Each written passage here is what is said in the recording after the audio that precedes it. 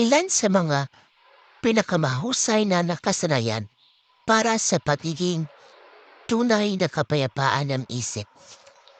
Una, harapin ang hindi komportableng katotohanan. Huwag tumakbo o husgahan ang iyong nararamdaman.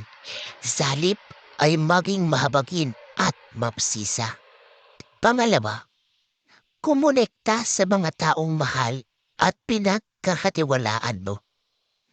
Kapag nakakaramdam ka ng stress, pagkabalisa at pag-iisa, pumunta sa isang taong makikinig sa iyo, magmamahal sa iyo, at makakasama ka. Pangatlo, maging aktibo. Gawin ang lahat ng iyong makakaya upang maging aktibo. Ang pag-ehersisyo ay magpapalinaw sa iyong isip at magpapagaling sa iyong isip at sa iyong katawan. Pang-apat, magpalipas ng oras sa labas.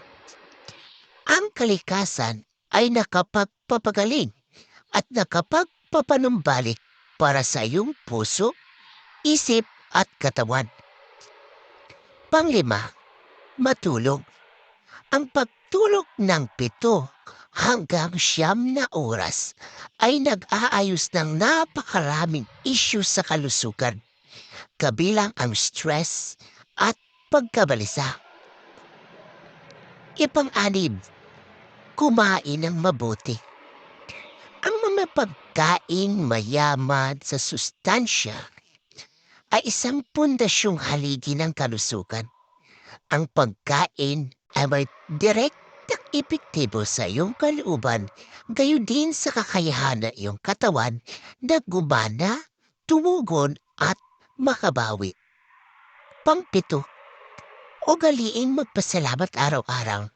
Ito ay nagpapaalala sa atin na itigil ang pagrereklamo at isaloob ang ating mga pagpapala.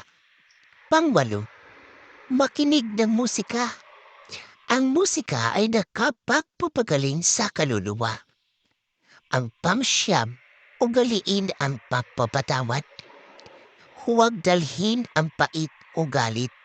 Piliin na magpatawad. Ika-10, gumawa ng isang bagay na malikhain.